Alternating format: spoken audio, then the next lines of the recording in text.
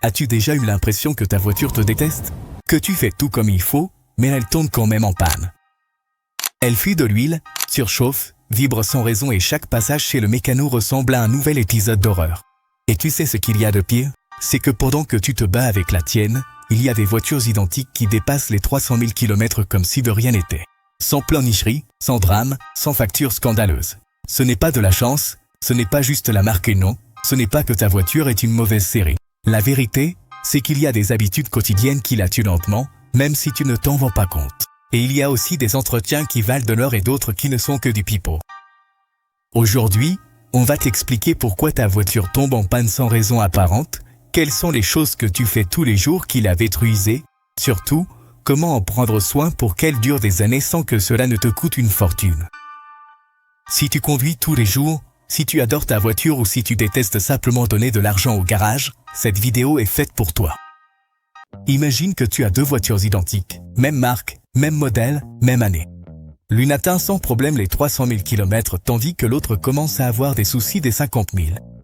Même voiture, réalité totalement différente. La raison? Elle ne se trouve pas dans le moteur, mais dans la personne qui la conduit. Bien souvent, on pense que le problème vient de l'usine. Cette voiture est une mauvaise série. On m'a vendu une vraie épave. Mais en réalité, dans la plupart des cas, la voiture ne tombe pas en panne à cause d'un défaut caché, mais à cause d'une accumulation de petites erreurs que l'on commet tous les jours sans s'en rendre compte, démarrer la voiture et partir en trombe, mettre l'essence la moins chère comme si elles étaient toutes pareilles, freiner brusquement parce qu'on pense que ce n'est pas grave, ou ne jamais vérifier les niveaux d'huile, de liquide de frein ou de liquide de refroidissement, parce que tout. Ça s'affiche bien sur le tableau de bord, non. De petites décisions, répétées chaque jour. Et le résultat, une voiture qui, en apparence, va bien, mais qui, à l'intérieur, se détériore plus vite qu'elle ne le devrait. Comme une personne qui a l'air en bonne santé, mais qui fume, dort mal et mange de la malbouffe. Tôt ou tard, le corps présente l'addition. La voiture aussi, mais il y a une solution à cela, et elle n'est pas chère. Tu n'as pas besoin d'emmener la voiture au garage chaque mois ni de t'obséder à remplacer les pièces avant l'heure. Tu as juste besoin de savoir ce qui compte vraiment et ce qui n'est qu'une invention de mécaniciens ou des croyances populaires. Il y a une idée fausse qui plane dans tous les garages. Plus tu paies, mieux tu prends soin de ta voiture. Et même si ça paraît logique, la vérité c'est que l'entretien qui compte vraiment n'est pas toujours le plus cher, mais celui qui arrive au bon moment. Commençons par le plus célèbre de tous, la vidange d'huile. Tout le monde sait qu'il faut la faire, mais très peu comprennent pourquoi, quand et avec quel type d'huile. Changer l'huile, ce n'est pas juste une formalité, c'est le cœur de la longévité du moteur. Quand il ne le fait pas à temps, les résidus commencent à former une sorte de boue interne qui bouche les conduits, durcit les pièces et fait surchauffer le moteur. À quelle fréquence faut-il le changer? Ça dépend de l'huile. Si elle est minérale, entre 3000 et 5000 km. Si elle est semi-synthétique, ça peut aller jusqu'à 7000. Et si elle est entièrement synthétique, même 10 000 ou plus. Mais attention, le kilométrage n'est pas le seul critère qui compte. Le temps compte aussi. Si tu n'utilises ta voiture que le week-end, tu dois quand même changer l'huile au moins une fois par an, car l'huile vieillit même si tu ne conduis pas. Parlons maintenant des filtres. Beaucoup de conducteurs ne pensent qu'au filtre à air et le soufflent avec un pistolet à air comprimé en croyant que cela suffit amplement. Mais il y a 4 filtres qui sont essentiels: l'huile, l'air, le carburant et l'habitacle. Chacun a son propre remplacement, chacun est différent, mais tous ont un impact. Passons aux courroies, surtout la courroie de distribution, aussi appelée la roulette russe du moteur. Si elle casse pendant que la voiture roule, elle peut plier les soupapes, endommager les pistons et te laisser avec une réparation qui coûte plus cher que la voiture elle-même. Je n'exagère pas. La plupart des constructeurs recommandent de la changer entre 80 000 et 120 000 km, selon le modèle. Ignorer cela, c'est jouer avec la santé de ta voiture. Et n'oublions pas les liquides, freins, liquide de refroidissement, direction. Ils ont tous une durée de vie limitée.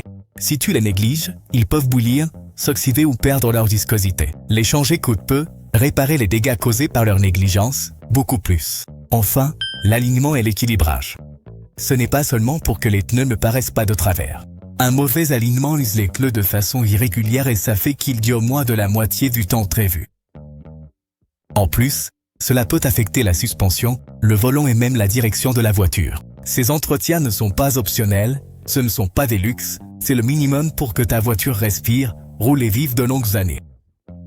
Et le mieux, c'est que les faire à t'en coûte moins cher que de réparer ce qu'ils abîment.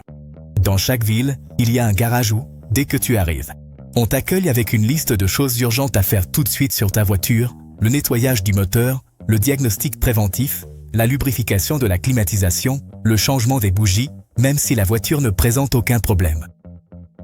Tout ça a l'air technique, important, mais une grande partie de ces choses ne sert à rien, ou du moins pas au moment où on te les vend. Prenons l'un des plus courants, le nettoyage du moteur à la vapeur ou à la mousse. Ça sonne sophistiqué. Tu le vois briller après et tu crois même qu'il roule mieux, mais à moins d'avoir une fuite d'huile ou de vouloir vendre la voiture, nettoyer le moteur n'améliore pas son fonctionnement. Et ne parlons même pas de la fameuse décarbonisation du moteur. On te la propose comme si c'était une séance de spa pour la voiture, qui élimine les résidus, qui améliore la puissance, qui fait économiser de l'essence. Mais si ta voiture n'a pas de perte de puissance, pas de fumée excessive ou de problème de combustion, cette décarbonisation, c'est comme payer un médecin pour t'opérer alors que tu es en bonne santé.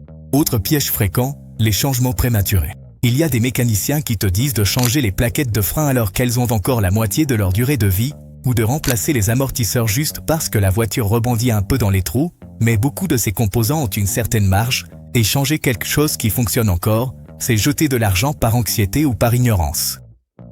Il y a aussi les fameuses révisions par kilométrage, que beaucoup de concessionnaires ou de chaînes de services proposent sous forme de forfait fermé. Ils te disent, à 10 000 km, il faut faire ceci, ceci et cela. Mais en réalité, chaque voiture et chaque utilisation sont différentes.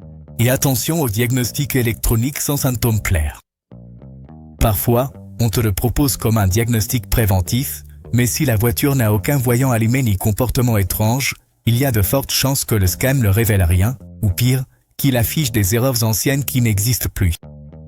Et qu'en est-il du fameux réajustement de l'ordinateur, du reset des paramètres ou de la calibration des injecteurs alors que la voiture fonctionne parfaitement? Très souvent, ils ne font que brancher un outil, te facturent une fortune et ne font rien de concret. Cela dit, ça ne veut pas dire que ces procédures ne servent jamais à rien. Il y a des contextes spécifiques où elles sont vraiment utiles, mais l'astuce, c'est de ne pas tomber dans le piège de les faire juste parce que quelqu'un les recommande au cas où. Parce que dans le monde de l'automobile, le « au cas où » se traduit par des factures inutiles.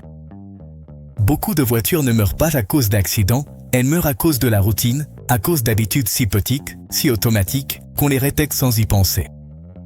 Mais ces gestes, avec le temps, finissent par user les pièces, affaiblir les systèmes et laisser des cicatrices invisibles qui, un jour, explosent, justement quand tu en as le plus besoin. Commençons par l'une des plus courantes, démarrer la voiture et partir tout de suite. En théorie, il ne se passe rien. En pratique, tu prives le moteur des secondes les plus importantes de la journée. Quand tu démarres la voiture, l'huile est encore froide et n'a pas encore circulé complètement dans le moteur. Maintenant, parlons d'une chose que nous faisons tous, mal freiner. Si tu freines toujours brusquement, même quand tu pourrais ralentir progressivement, tu réduis la durée de vie des plaquettes, tu uses les disques et tu sollicites tout le système de suspension.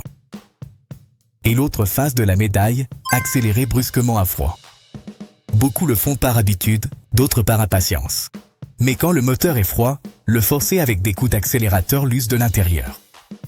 Une autre mauvaise habitude, rouler tout le temps avec le réservoir presque vide. Il ne s'agit pas seulement de tomber en panne d'essence. Ce que beaucoup ignorent, c'est que des sédiments s'accumulent au fond du réservoir. Quand tu roules avec peu d'essence, la pompe aspire depuis cette zone basse, amenant des saletés dans le système. Il y a aussi ceux qui pensent que laver souvent la voiture, c'est une perte de temps. Mais la poussière, les fientes d'oiseaux, la résine des arbres et le sel de certaines zones côtières attaquent la peinture et font rouiller la carrosserie. Et attention à ne pas transporter du poids inutile en permanence. Fais-tu partie de ceux qui transforment le coffre en entrepôt ambulant? Ce poids constant augmente la consommation de carburant, use les freins et la suspension, et fait que la voiture travaille plus que nécessaire à chaque trajet. Je pourrais continuer, monter les trottoirs de face, ne pas vérifier la pression des pneus, se garer toujours avec le volant tourné, laisser la voiture toute la journée sous un soleil de plomb. Ce sont tous des habitudes qui paraissent anodines, mais comme dans une relation, ce qui détruit, ce n'est pas un cri, c'est le silence répété pendant des années. Quand tu vois une vieille voiture qui roule encore comme si de rien n'était, avec la peinture intacte, le moteur qui tourne rond et l'intérieur bien entretenu, il est facile de penser, cette voiture était une bonne voiture. Mais si tu demandes au propriétaire, il te dira presque toujours une phrase que peu de gens veulent entendre. Je l'ai soignée comme si elle faisait partie de la famille.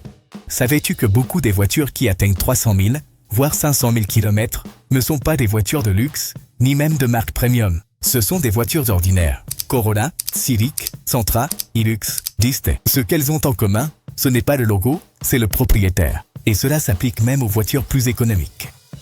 Il y a des Spark, Logan, Aveo ou Gol qui ont traversé la moitié du pays sans souci, simplement parce que quelqu'un leur consacrait 5 minutes par semaine pour vérifier le niveau d'huile, parce qu'on les laissait chauffer avant de partir, parce qu'on ne les considérait pas comme un simple objet, mais comme un outil de vie. Le plus curieux, c'est que bien souvent, ceux qui détruisent le plus vite leur voiture sont ceux qui l'utilisent le plus. Les chauffeurs de taxi, les livreurs, les conducteurs d'applications. Pourquoi? Parce que la routine les endort. En revanche, il y a des personnes qui arrivent à faire de leur voiture une partie de leur histoire, pas seulement un moyen de transport. Des gens qui la lèguent à leurs enfants, qui la vendent à bon prix parce que l'acheteur remarque qu'elle a été bien entretenue.